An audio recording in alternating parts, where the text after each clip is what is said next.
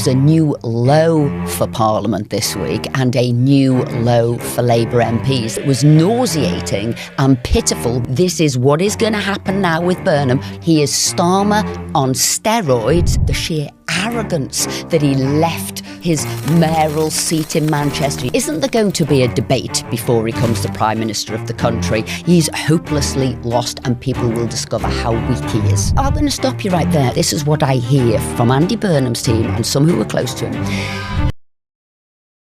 Good day and welcome back to Britain Unpacked, where we rip the spin out of British politics and hand you the raw, unfiltered truth. Right, so Andy Burnham, the Mayor of Manchester, the man with the scarf, the man who once cried on telly about Hillsborough and apparently never stopped performing since, because word on the street, well, word from inside Labour HQ, is that Burnham is weeks away from becoming your next Prime Minister. No election, no contest, no mandate, just there he is, Prime Minister. Morning, Britain! Surprised? Quick favour before we go any further. If you're enjoying this, smash that subscribe button right now. Over 92% of viewers watching haven't subscribed yet. It's free, takes a second, and it genuinely means the world to us here at Britain Unpacked. Thank you. Right, back to the chaos.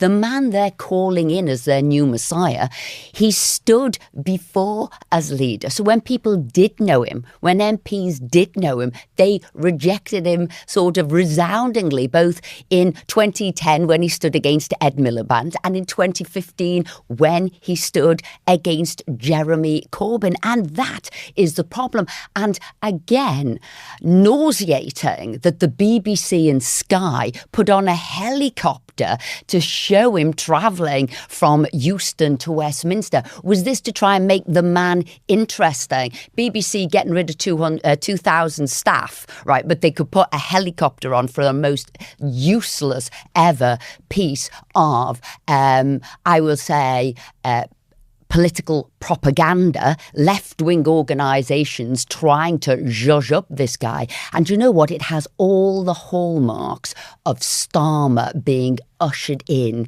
the general election of 2024. Nobody knew anything about him. The media hailing him. How big was the supermajority going to be? But didn't ask him, what does he stand for? And I have to say, this is what is going to happen now with Burnham. Nobody knows what he stands for. They're ushering him in.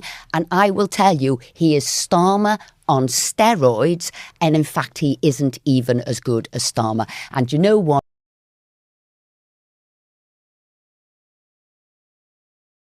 So here's the thing about Andy Burnham. He's not a fresh face. He's not a bold new direction. He is, according to Conservative MP Esther McVey, Starmer on steroids. Which, and I say this with all due respect, is a terrifying sentence. Because Starmer was already inconsistent enough to give you whiplash. Burnham has served loyally under Blair, Brown and Corbyn. 3 completely different political ideologies. That's not versatility, that's a wave vane with a northern accent.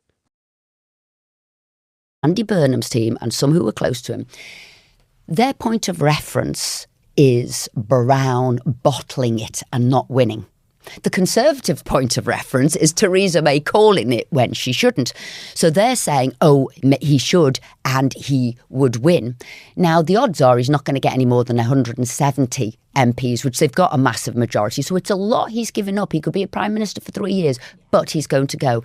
Now, this is a darker side, which I'm hearing from the far left, of which, you know, Andy Burnham does oscillate. He was a Corbynista. He was a Corbynite. He support him, right? And they're saying, we think now is the time to crush the right.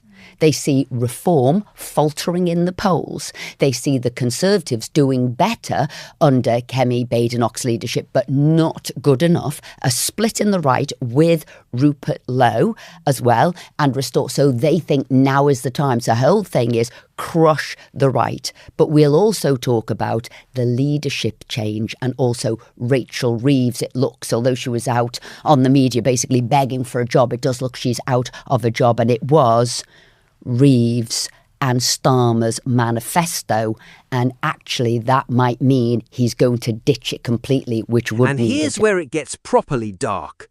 McVey is warning that Burnham's inner circle isn't just plotting a leadership takeover, they're plotting a calculated electoral ambush. The strategy? Call a snap general election, crush reform, crush the Conservatives under Kemi Badenoch, exploit the split on the right with Rupert Lowe and restore Britain bleeding votes. And they think, they genuinely believe, the timing is perfect. Gordon Brown's ghost whispers, don't bottle it. Theresa May's ghost screams, don't do it. Burnham, apparently, fancies his chances.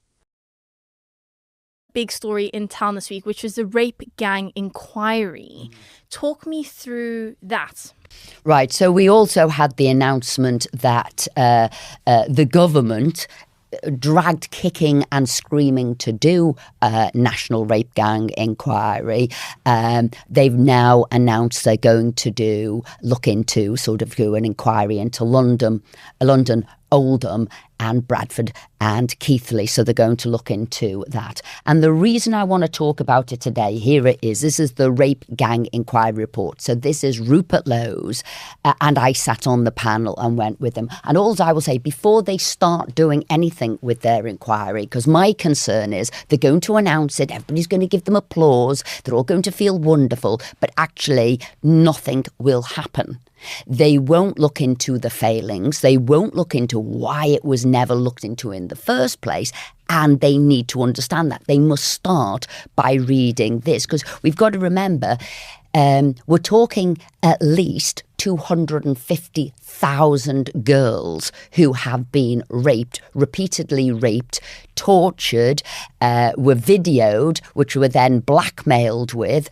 Some of them got pregnant. Some of them were, many got pregnant. Some of them lost it. Some were forced to have abortions. Some were forced to have conversions to Islam. Some were taken abroad. I mean, disgusting. Minimum 250,000 girls. And we know that the vast majority of girls were vulnerable white British girls, and that predominantly those rape gangs were Pakistani Muslim men, right? And we need to understand why the state let these girls down, why they never looked into it when we know the first cases came forward in the 1990s complaining about it. And we know it was predominantly in Labour areas with Labour councillors and Labour MPs, but because they didn't want to upset their bloc Muslim vote, they did nothing. Because of political correctness, because of fear of being called racist, they didn't want to do anything. So you must read this report because it goes some way to explaining those failures and what we need to do. We also now, so you say they're looking into 3 places. This report says there's probably 146 cities everywhere from Aberdeen to Plymouth where it was happening on an industrial scale, groups working together. And so what we talked about, it operated under an honour and shame-based clan code that treated non-Muslim girls as property available for sexual use. But hold on, because it gets worse. This isn't just a power grab story.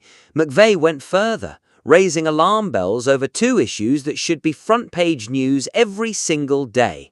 First, the long overdue national inquiry into grooming gang scandals across Oldham, Bradford, Keighley and London.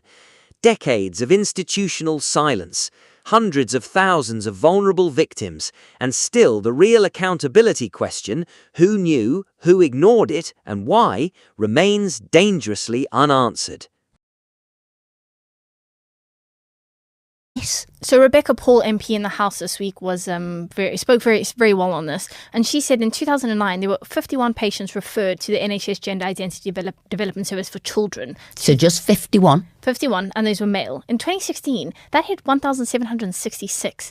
And also, the government doesn't actually know official figures on how many kids have detransitioned, because it does happen, and it is quite common. And there have been some high-profile cases where kids felt, like there's one example, Kira Bell, I met her a few months back.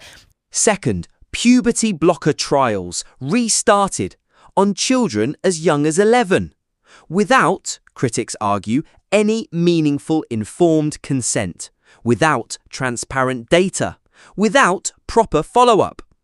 Kira Bell's story, a young woman who detransitioned after a double mastectomy as a teenager, is being completely ignored by the very people making these decisions. But the government does not actually know how widespread detransitioning is. And that, I think, is the horror of things. And actually, the shadow health minister who spoke, who was gay, said, do you know what, when I was growing up, I had questions and queries about myself, and somebody had said to him, you're in the wrong body, I would have gone down that route. I'm gay. I'm not that I'm in the wrong body, and you didn't have to do brutal surgery that will change me forever. I was gay. And as you're right, there's been various instances where people have tried to sort of detransition. But once you've had a double mastectomy, maybe once you've had a penis inversion to make a vagina. I mean, I'm just wondering, how do you sort of transition from that? And I looked at what was happening. So these kids, right, are going to get a treatment that lasts for 6 months. So they're going to have an injection every 6 months. How do you go back from that once you've been on it for 6 months? Then you'll hear from them, do we think it's fine? And it'll carry on and carry on. Well, I remember trying the pill. And you take the pill, 1 tablet a day for a month. And I remember having taken it for a month. I thought, oh, it doesn't agree with me. I don't like it. I was just taking 1 tablet a day and I could stop. I didn't have a massive injection of 6 months worth. And I don't even know what that's going to do to people. And I looked at the time frame seeing them. It was hardly seeing them at all. And at 12 months, we'll x-ray your bone mass to see how much it's deteriorated, see how you're feeling. A call at 15 months with the doctor to check.